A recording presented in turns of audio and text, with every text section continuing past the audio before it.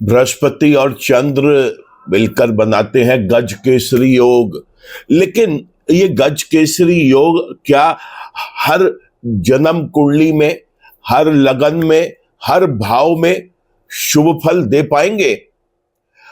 अगर आपकी भी है जिज्ञासा इस बात को जानने की कि क्या गज केसरी योग, गुरु चंद्र योग हर लगन कुंडली में, हर भाव में शुभ रहेगा या कहां शुभ रहेगा, कहां अशुभ रहेगा, तो बने रहे मेरे साथ आप इसी वीडियो में।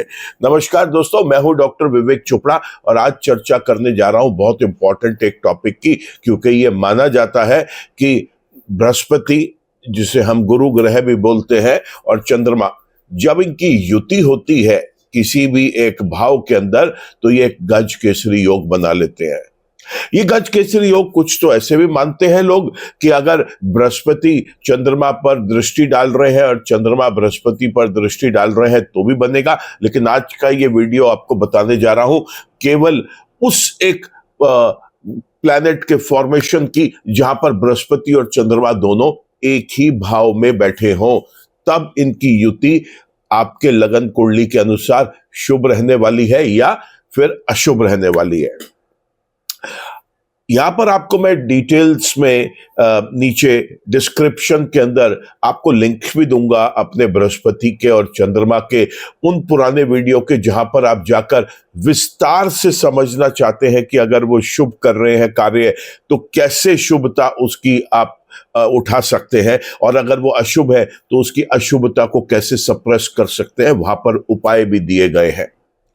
एक और रिक्वेस्ट करूंगा दोस्तों आपसे कि अगर वीडियो ये आपको पसंद आए तो आप इसको ज्यादा से ज्यादा लोगों के साथ शेयर करना, इसको लाइक करना, इस पर कमेंट करना, और अगर आप चैनल पर नए हैं तो ये बहुत एक शुभ मुहूर्त है, चैनल को भी सब्सक्राइब कर लीजिए, बेल आइकन को जरूर क्लिक करें ताकि कोई भी नया वीडियो अपलोड होता है उसका एक अपडेट, उसका एक नोटिफिकेशन आप तक आ सके।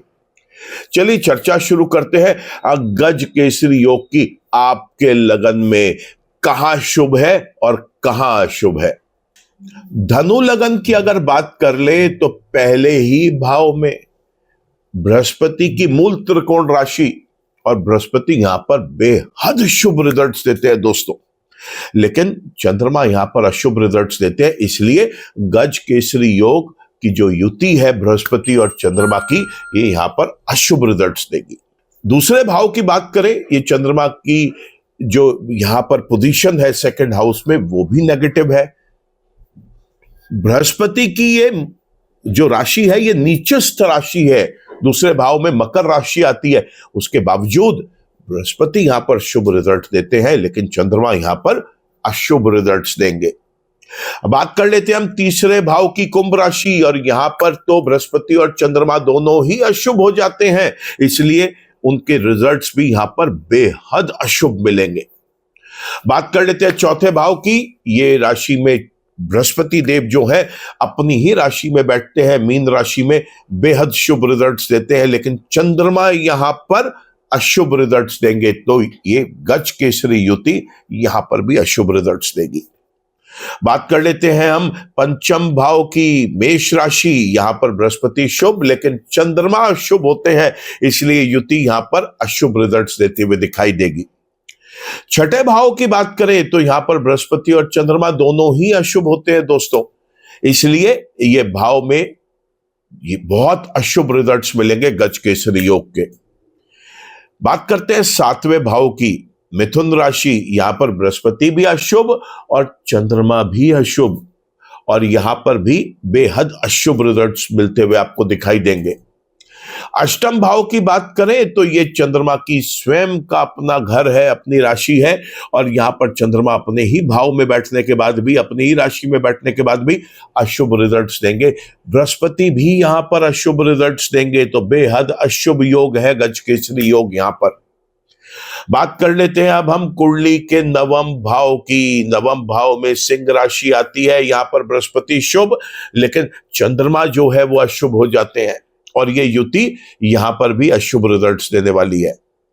बात करते हैं हम 10वें भाव की, जहां पर कन्या राशि है। कन्या राशि में बृहस्पति तो बहुत शुभ रिजल्ट्स देंगे, लेकिन चंद्रमा जो है वो यहां पर अशुभ रिजल्ट्स देगा, तो ये गज केसरी योग यहां पर भी विफल हो गया। बात करें हम 11वें भाव की, तो 11वें भाव के अंदर बृहस्पति और चंद्रमा दोनों ही अशुभ होते हैं तुला राशि में, और ये बेहद अशुभ योग बनाते हैं गज केसरी का। और आखिर में अगर हम बात करें तो वो है कुंडली का 12वां भाव। 12वें भाव में बृहस्पति भी अशुभ और चंद्रमा भी अशुभ, तो यहां पर भी गज केसरी योग बेहद अशुभ रिजल्ट्स देता हुआ दिखाई देगा। तो देखा दोस्तों आपने कि आपके इस लगन में गुरु और चंद्रमा की युति कहां शुभ थी कहां अशुभ थी। एक बात आपको बताना चाहूंगा, जहां पर भी मैंने आपको बताया कि दोनों ग्रह शुभ है या कोई एक ग्रह शुभ है, वहां पर एक बात हमेशा याद रखिए, चेक करें अपनी कुंडली के अंदर कि क्या आपका ये ग्रह शिशु अवस्था या वृद्ध अवस्था का तो नहीं है, क्या ये सूर्य से अस्त तो नहीं है। और अगर ऐसी कोई भी आपको चीज अपनी कुंडली में दिखाई देती है और अगर वो ग्रह शुभ मैंने आपको डिक्लेयर बताया है, तो वहां पर आपको उस ग्रह से संबंधित रत्न को जरूर धारण करना चाहिए। जैसे बृहस्पति अगर कहीं पर भी अस्त हो गए लेकिन शुभ है, या शिशु अवस्था में है या वृद्ध अवस्था में है, ऐसे में उसका पीला पुखराज रत्न धारण करना आवश्यक हो जाता है। और अगर चंद्रमा कहीं पर पीड़ित हो गए लेकिन शुभ है, डिग्री से कमजोर है, शिशु अवस्था में है या वृद्ध अवस्था में है, ऐसी स्थिति में मोती रत्न जरूर धारण करना चाहिए। हमेशा याद रखें दोस्तों कि जब भी कोई ग्रह आपके लिए शुभ है लेकिन जन्म कुंडली के अंदर वो किसी भी रीजन की वजह से कमजोर है, तो ये आपकी ड्यूटी है कि आप उसका रत्न धारण करें, उससे संबंधित वस्तुओं को ग्रहण करें, उससे संबंधित कलर्स को अपनी बॉडी के ऊपर अडॉप्ट करें। ऐसा करने से उस ग्रह को बल मिलेगा, और जब एक शुभ ग्रह को बल मिलेगा तो आपके लिए कार्य भी शुभ करेगा। आज के वीडियो में दोस्तों केवल इतना ही। अगले वीडियो में आपसे फिर मुलाकात होगी। अपना ध्यान रखिए। ईश्वर आप सबका भला करे। नमस्कार।